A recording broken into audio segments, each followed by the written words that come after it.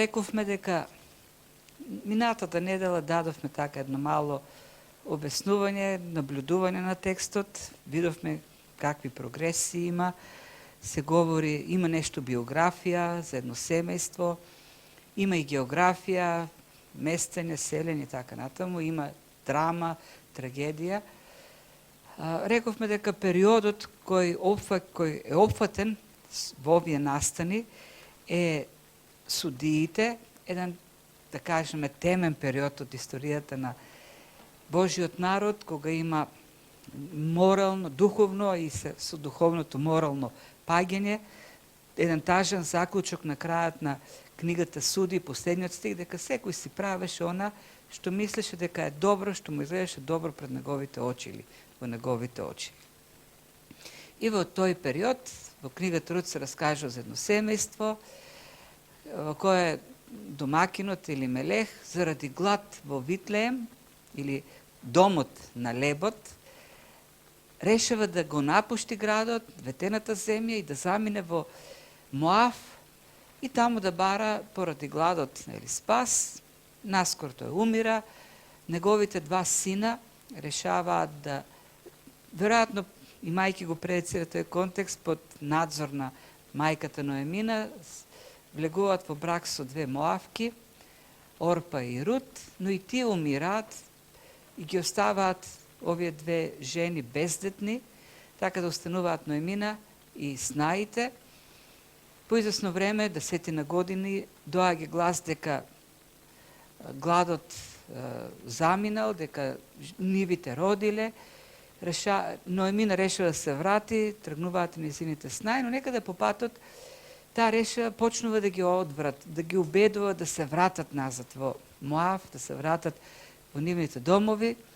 Начинот на кој што ги убедвиле, аргументите кои ги користи за убедување се така земни, да кажеме. Таа говори за нивната иднина перспектива, тоест најдоброто за нив ќе биде ако се вратат назад во нивните домови, кај нивните родители и таму да си најдат сопрузи, да имат семејства. Ги убедува еднаш, после првото убедување, знаете, плачат и ја убедуваат дека сакат да се вратат, уште еднаш ги убедува и така со едно малку посилно убедување дека заедно со Ноемина тие немаат никаква надеж, тоест таа нема деца кој би им ги дала како мажеви, нема и сопруг, па дури ако би зачнало уште истата вечер, во наредните 15 години тие ќе бидат без семејства, така да најдоброто решение за нив е да се вратат назад. По старата сна Орпа се враќа назад, Рут повторно изразува увереност дека ќе продолжи на патот кон Витлеем и сега веќе Ноемина така и построго со заповед и вели да се врати заедно со незината јатарва, малку таа е како да има повеќе сила сега во обедувањето, ете твојата јатарва тргна кај својот народ, кај своите богови и ти следи го незиниот пример и веќе Рут со еден завет, многу силен завет, ја убедува дека незината намера нема да се откаже од намерата, да се дотиде со неа во Израел, склучува завет со неа, завет со еврејскиот народ и завет со Јахве. Дури на крајот така го дава една гаранција, еден печат на тој завет, за тоа што дури нели вели и проклетство нека дојде над мене ако јас до крајот на животот не останам или не го зачувам тој завет.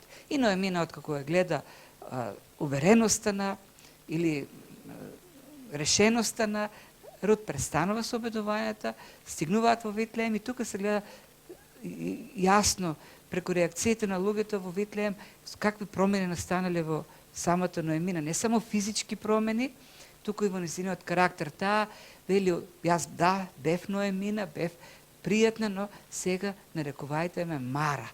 Нарекувајте ме Мара, зашто ете Бог ме направи горчлива. Зборот Мара значи горчлива.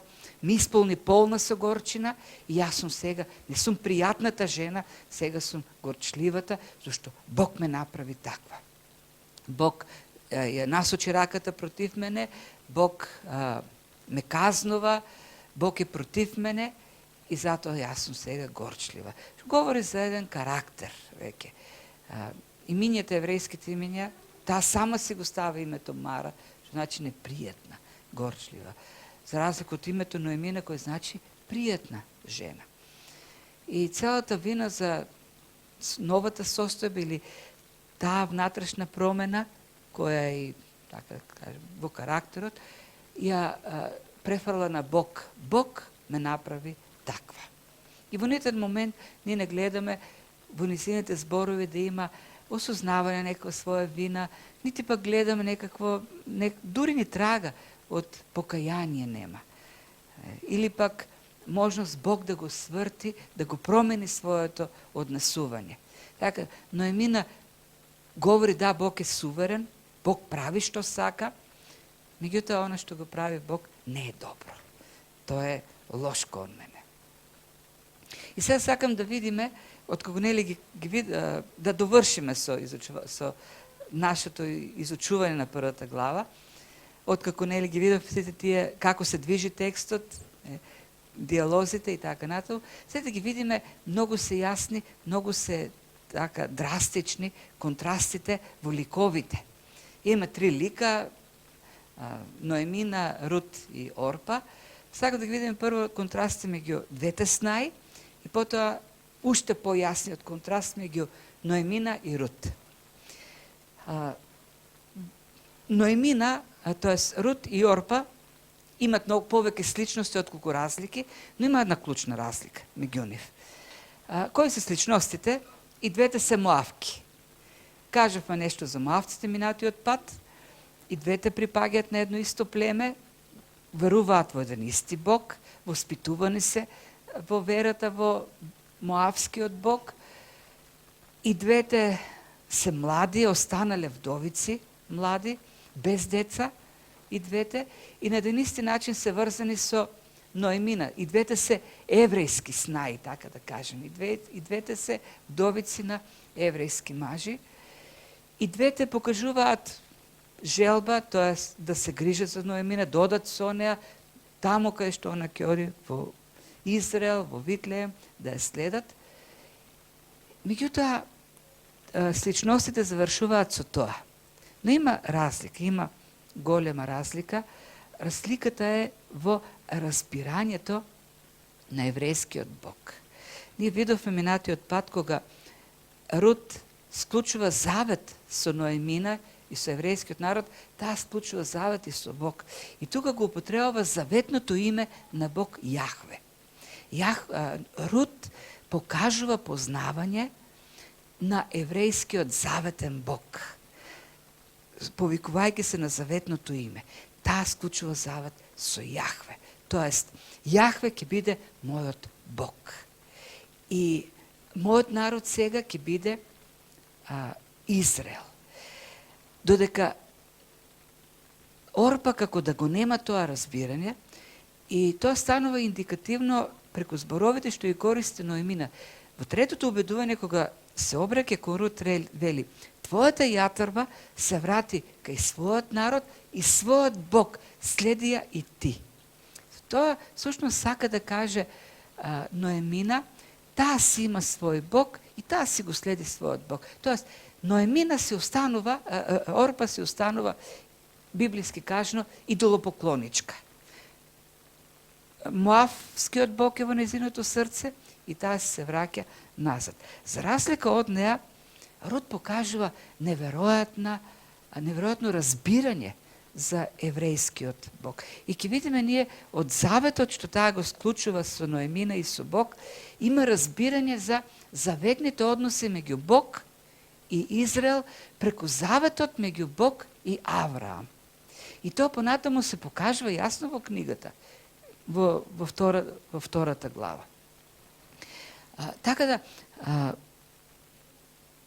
за разлика од Орпа која избира понатаму да го продолжи животот во нејзин најдобар, така да кажем, земен интерес, Рут избира да продолжи со животот така што ќе ја благословува Ноемина. И ќе живее како вистинска еврејка. Слушай, Ноемина, Рут станува вистинска еврејка. Со тој завет, со склучувањето на заветот.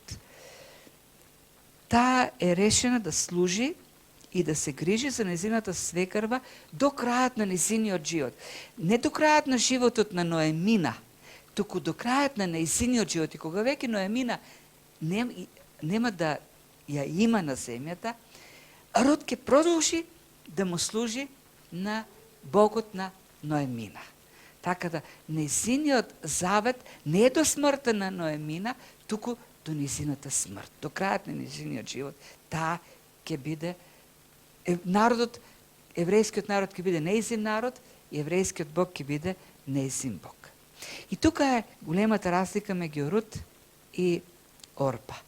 Но ова контрастот меѓу Рут и Ноемина е уште по така остар, уште по така јарко се покажува. И тој контраст меѓу зборовите на Ноемина и зборовите на Рут и дејствата на Ноемина и дејствата на Рут може да бидат разбрани, тие разлики, тој контраст може да биде разбран, ако сето тоа го погледнеме преку призмата на заветот меѓу Бог и Авраам. Ветувањето што ги даде Бог се запишени во првите 3 стиха на 12 глава на Битие. И таму вака му кажа Господ на Авраам: излезе од својата земја и од родот свој и од домот на татко си, па појди во земјата што ќе ти ја покажам јас. А од тебе ќе направам голем народ и ќе те благословам и името твое ќе го прославам и ти ќе бидеш благословен. Ќе ги благословам оние што тебе ќе те благословуваат и ќе ги проколнам оние што тебе ќе те проколнуваат.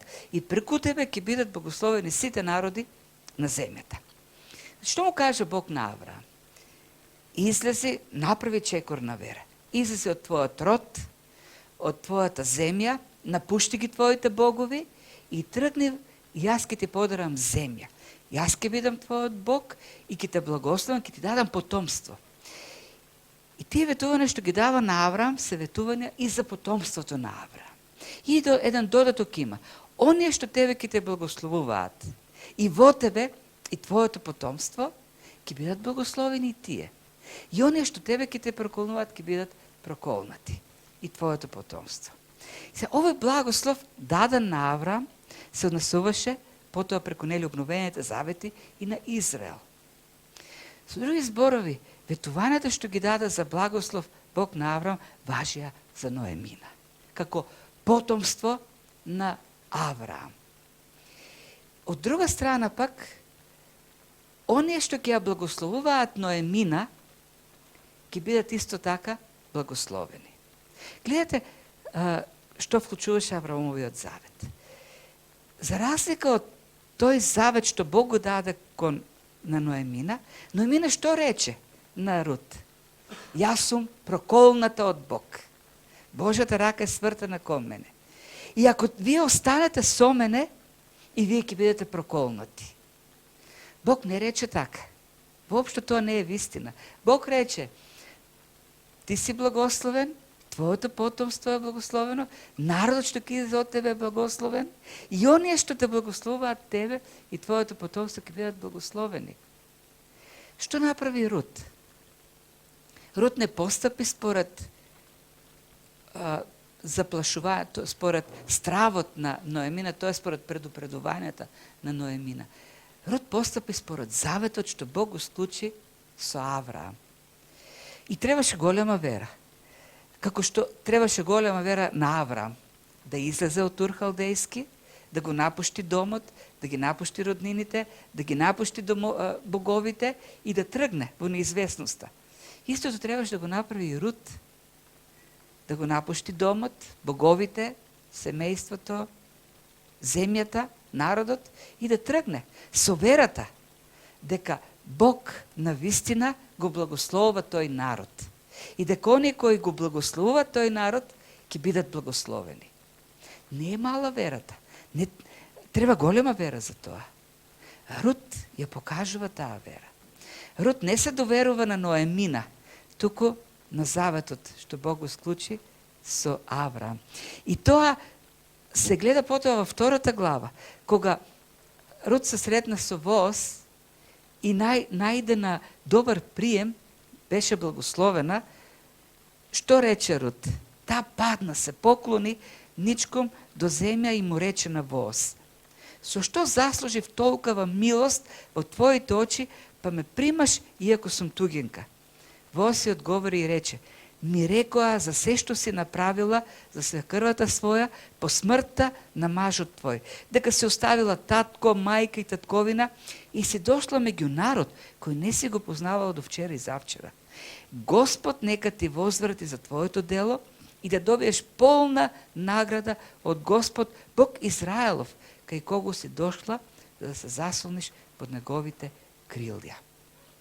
Ова што го кажува овдека воз целосно одговара на заветот што Бог го склучи со Авраам.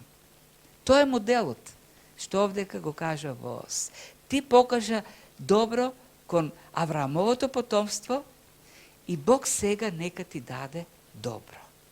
Ти го благословуваш Авраам, Бог ќе те благослови тебе. Ете, тоа е таа гледна точка.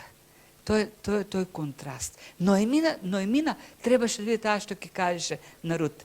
Ако вие го следите, ме следите мене, како потомство на Авраам, и вие ќе бидете благословени, зашто во Авраам ќе бидат благословени сите народи. Не, Ноемина што правеше? Вееш, не, јас сум проколната од Бог. И ако тргнете во мене, и вие ќе бидете проколнати од Бог. Рут рече не. Јас сум решена, ќе тргнам и ќе го следам твојот пат. Ќе го следам патот на Авраам. Ќе одам по чекорите на Авраам. Тоа е таа приказна на Елимелех. Приказна која не одговара на заветот што Бог го склучи со Авраам. Елимелех што направи кога дојде гладот? Ја напушти земјата за која Бог рече дека ќе бидат благословени во неа. Во таа земја, таму ќе тече мед и млеко, не во Моав, во Витлеем, во ветената земја. Но Елимелех тргна и отиде во Моав. И се случи тие несреќи. Подоцна, што се случи подоцна? Остана Рут, Ноемина без деца остана, без потомство остана, со 2 снаи. Немаше повеќе деца. И беше заплашено продолжување на потомството во незиното семејство. И не гледаше никаква можност, иако гледаме понатаму, постоеше можност, незиното семејство да го продолжи родот. И тоа не било каков род. Гледаме дека преку незиното семејство се продолжува месијанската линија. Зашто од Рут се роди потоа Давид. Не гледаше такви можности, воопшто. Таа стигна дотаму да крене раце од продолжување на родословната линија. Им рече, одете се во Моав, најдете се таму мажи моавци. Како да не постоеше можност од низиното близко обкружување да се најде мажи за тие 2 жени кои ќе го продолжат, ќе продолжат линијата на Авраам, на потомството на Авраам. Бог вети благослов, а Ноемина предупредуваше за проклетство. И потоа што се случи? Што се исполни во следните глави? Она што Бог го вети или она за што предупредуваше Ноемина? Се случи она што Бог го ветуваше. Божите ветувања се исполнија во 2 и 3 глава, додека сите предупредувања на Ноемина се покажаа лажни. Лажни се покажаа. Зошто? Зашто Бог навистина ги благослови таму, во ветената земја. И Рут станува вистинска еврејка и тие зборови на Рут се неверојатни. Навистина се неверојатни. И затоа сакат невестите кога склучуваат брак да ги кажуваат пред своите сопрузи, да ги цитираат како ветувања. Зашто и тие се целосно моделирани според заветот на Бог со Авраам. Ова што го кажува овдека Рут, како завет што го склучи и со Ноемина, и со народот, и со Бог, со Јахве, целосно одговара на заветот што Авраам го склучи, Бог го склучи со Авраам. Ке напуштам се како што Авраам напушти. Како што Бог му рече на Авраам, тргни и оди тамо каде што јас ќе те однесам во ветената земја. И Рут тоа го оставам се, тргнувам по тебе, одам кој твојот народ и го прифаќам твојот Бог. Склучувам завет со твојот Бог. И тој завет, како што кажав, не е нешто привремено, до крајот на животот. Додека Ноемина се фокусира само на себе, на таа неможност да даде зетовци на мажи на снаите, на сите тие неможности, Рут се фокусира на нешто повеќе. Се фокусира на грижа, се фокусира на потреби, се фокусира на Бог. На тоа да склучи завет со Бог. И затоа таа беше спремна да остави се. И дом, и родители, и земја, и богови, и тргна таму. Гледате колку се тие... Така е напишено, тоа е текстот во првата глава. Ако сакаме ние објективно изучување, тоа е објективното изучување. Да, ние можеме да направиме, како што сум слушала во проповеди, Ноемина супер свекрва. Многу добродушна свекрва. Не е така. Текстот не е... Погледнато од таква вечна духовна перспектива, навистина не е така. Рут е светлата точка во таа темнина. И тоа што можеме да го видиме, така на крајот, еве како едни поуки што може да ги извлечеме за нас практични заклучок, е дека, и тоа ќе го кажем на крајот за сувереноста на Бог, изглед така, кога го читаме текстот и во Суди, и последните глави, и во Рут, темнина, мрачни периоди во историјата. Но погледнато од Божја перспектива, тие се светли периоди. Зашто во таа темнина Бог даде јасен сигнал за продолжување на месијанската родословна линија. Давид, потомокот Давид, од кој понатаму произлегува и Месијата. Во таа темнина Бог даде светлина. И потврди дека ќе го оствари своето ветување за Месијата. А во таа темнина пак има светли фигури. Во таа темнина многу јасно светат тие богоугодни, побожни карактери. Рут и Воос. Колку што повеќе светлината се згустува, толку по-јасно може да се исцртат светлите фигури, духовните карактери. И тој за нас предупредување. Луѓето денес, христијаните, па и јас го имам истото мислење, дека живееме во темнина, дека имаме духовна катаклизма и морална денес. Но тоа не е оправдување за напуштање на побожниот живот. Напротив, тоа се можности да засветиме уште повеќе, како што се гледа тоа преку Рут и преку Воос. И читајќи ја книгата, посебно првата глава на Рут и последните глави од Судиите, и тука Моав, нели, како народ, има едни парадигми кои се повторуваат на едно, така да кажеме, прагматично однесување, рационално однесување. Минатиот пат видовме како настанува Моавскиот народ и како тој народ во историјата се движи во едно пријателство со Божиот народ. Почетокот на Моавскиот народ е никаков. Моавскиот народ својот почеток има веднаш после рушењето на Содома и Гомора. Лот реши да отиде да живее во Содом и Гомора, иако знаеше каков град е. Во неговиот дом дојдоа Божји пратеници, се собраа перверзни содомци кои сакаа да блудствуваат и Бог реши да го уништи градот. Ги извлече, ги спаси Лот, жената и керките му. Меѓутоа по патот неговата жена беше казнат од Бог, бидејќи се вртеше кон Содом и останувајќи сами во пештерата, двете керки по старата направија план, по старата направи план да легнат, да го напијат, да легнат со таткото, и така беше Моав и Амон создадени како народи. Од постарата керка, која легна со татка си, беше создаден Моав. Потоа, после известно време гледаме на крајот на книгата Суди, нешто слично се случува.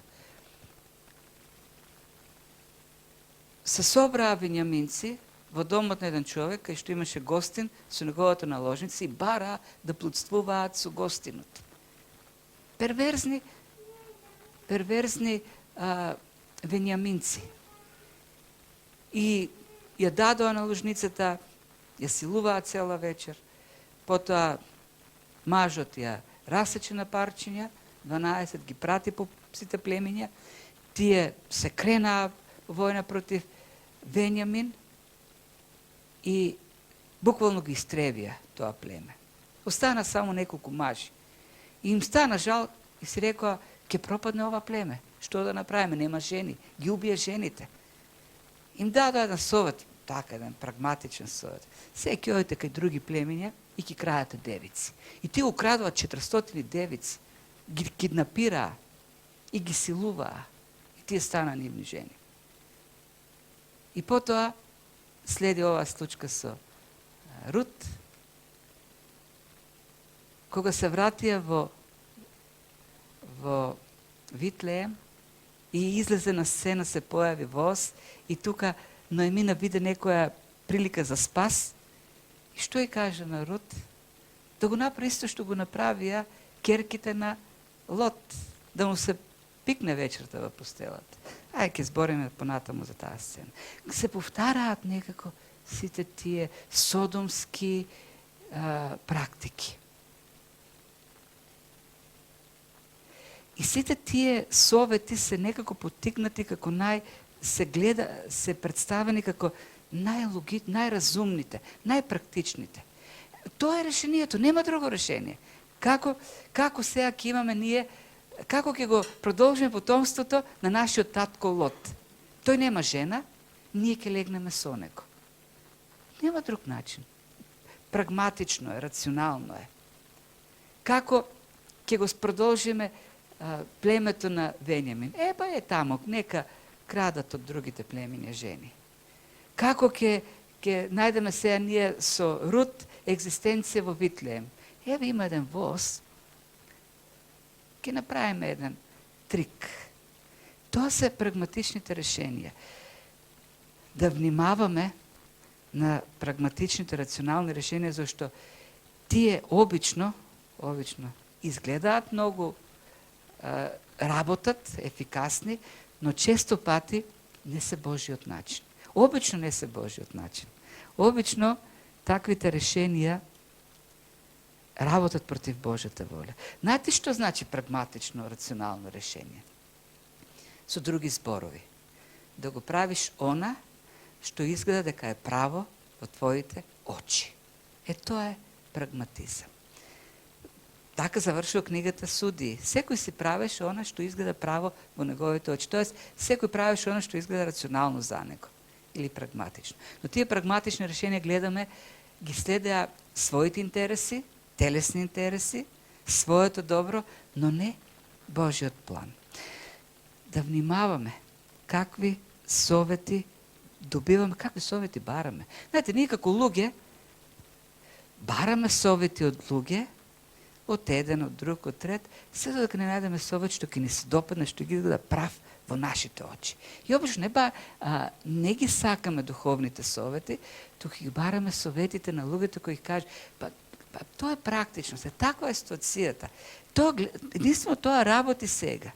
Ама не е баш според Божиот план, не е баш според Божите принципи, но нема друг начин. Тоа е најрационалниот начин сега. Така постапија сите во сите тие случаи, во таа парадигма што ја гледаме од Содом и Гомора до овој момент. Какви совети даваше Ноемина на снаите? Прагматични, рационални совети. За вас нема иднина во Израел. Јас немам деца, не можам да забременам, вие ќе се останете такви вдовици до крајот на животот. Што е најдобро? И да се вратите барем дома, ке сте се кај родителите. А пак може и да си најдете мажи таму во Моав. Прагматично. Но прагматичните рационални совети обично годат на нашите вкусови и работат за нашите лични интереси. Тие се фокусирани на сегашното, а не на вечното, на материалното, а не на духовното. Што беше за Ноемина благослов? Леп, добра можност за брак и бебиња. Ништо повеќе од тоа. И имаше прагматични начини како тоа да се оствари. Ако споредиме Ноемина со оној список во Евреите 11 глава, оние хероите на верата, кај би ја ставиле таму Ноемина? Не може. Пишува за Аврам, пишува за Мојсе, пишува дека тој го напушти Египет зашто бараше град со основи. Тој град Мојсей никогаш не го виде на земјата. Го виде на небото.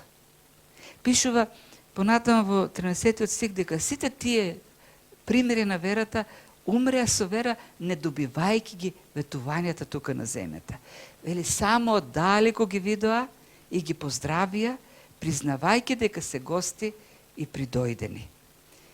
Бидејќи оние што така зборуваат, покажуваат дека бараат татковина. И вели понатаму, кон таа другата земјата може да се вратат во секој момент.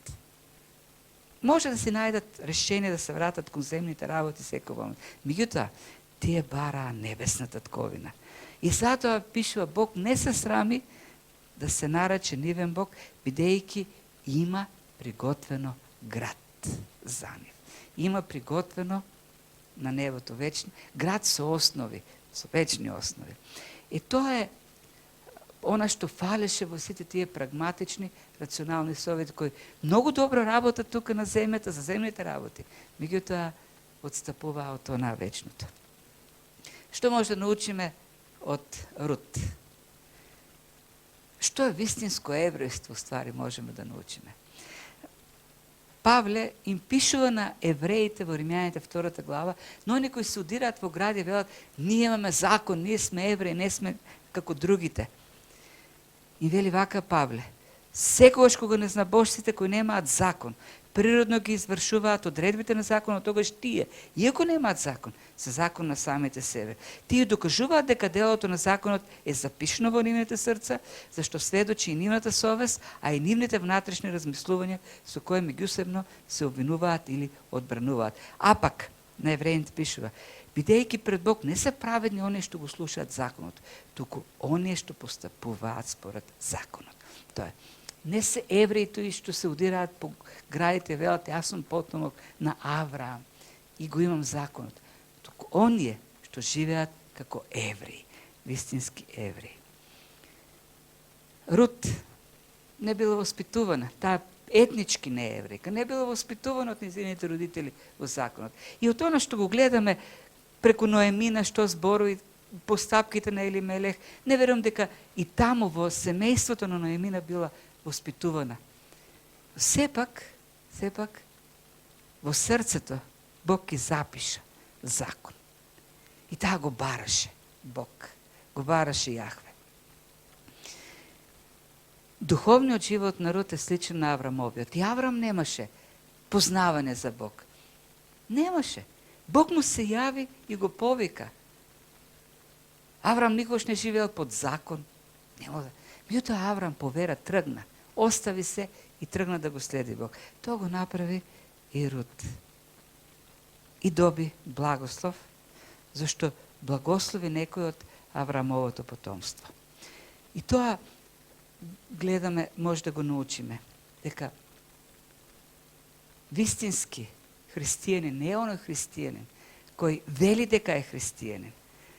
Вистински христијанин е оној кој што живее како христијанин. И што може да научиме на крајот за Бог? Бог е суверен Бог. Бог си има план и Бог си го остварува планот. Тоа. Се што се случи во 1 глава беше Божиот план. Тоа Ноемина го свати. Рече, Бог сврти прст против мене. Бог ме направи така да се случуваат работите. Ноемина го познаваше суверенитетот на Бог, меѓутоа представи само една страна од тој суверенитет. Бог како некој кој казнува, Бог кој фрла проклетства. Ама тоа не е исцрпува целата суштина на Бог. Во самиот Бог за себе вели во Излез 34 глава, 6 и 7 стих. Господ Бог е човеколюбив и милостив и долготрпелив и многу милостив и верен. Ја чува правдата и покажува милост на илјадници, проштава беззаконија, неправди и гревови. Многу долготрпелив, многу милостив, кој проштева, кој благословува, човеколюбив, верен, покажува милост. Кога има неправда и беззаконие, тој проштева. Ништо од тоа не можеме да го видиме во Ноеминовото разбирање за Божиот суверенитет. Да, казнува за неправди, но тој е човеколюбив и милостив, бавен на гнев, верен на своите ветувања. Овдека, во овој случај, Бог избра семејството на Ноемина, бидејќи Рут стана керка на Ноемина. Стана дел од семејството на Ноемина и на Елимелех. Бог реши во својот суверенитет тоа семејство да биде продолжение на месијанската линија, на месијанското родословие. Ноемина пак притискаше Рут да се омаже за некој моавец. Никако тоа семејство не заслужуваше да биде преку неа да продолжи таа линија. Месијанската линија е многу пати доведувана под прашање, тоест е ризикувана. На Авраам му беше ветено потомство. Авраам 2 пати ја даде својата жена во харем, бидејќи лажеше дека Сара му е сестра. Кога прво отиде во Египет, бидејќи имаше глад, и се плашеше дека ќе го убијат и ќе му ја земат жената, кажуваше, ова ми е сестра. А сестра ти е добра, не ти е жена, ајде, во харемот на фараонот. И Бог тука се вмеша и ги направи сите бесплодни во Египет, за да ја зачува Сара и потомството кој тој го вети преку Сара. Потоа се случи тоа со Авимелех. Истото го направи, отиде пак во земјата на Авимелех. И на крајот и таму пак дојде до неплодност. И таа отиде повторно во харем. Бог ја зачува Сара. И дори на крајот се случи така да Авимелех му рече на Аврам, те молам веќе да не ме лажеш, зашто твоите лаги носат проклетство во мојот народ. До таму се стигна. Бог, а да не збориме за Јуда што се случи, Јуда беше избран да продолжи родословието. Срам ми е да ги раскажувам тие работи. Како повторно беше доведена во опасност таа родословна линија. И знаете ли, во сите тие ситуации, овдека Ноемина го представува Бог за лош Бог. Во сите тие ситуации што ги разгледуваме, човекот е тој што изгледа лош, многу лош, грозен, а Бог многу добар. Премногу добар. Не заслужуваме таков добар Бог, но Бог е милостив и добар. Божиот суверенитет. Бог вети на Авраам и не дозволи човечката глупост да го наруши Божиот план, неговиот план за Месијата и Спасителот на целото човештво. Тоа е Бог. И оваа книга Рут, па и книгата Естир, каде што човечките глупости пак може да донесат многу проклета, заради човечката глупост на Мардухеј, и јас тврдам дека тоа негова суета и глупост, беше заплашен целиот народ, да биде убеден целиот еврејски народ насекаде, не само во Персија. Бог пак се вмеша и го спаси народот. Што му пречеше на Мардухеј да одаде почит на Аман? Што му пречеше? И таа почет се оддавале и Јосиф, и сите, и Мојсей, сите оддавале. Суетата. некаква суета. Но за тоа ќе говориме друг пат. Но Бог е верен кон својот народ.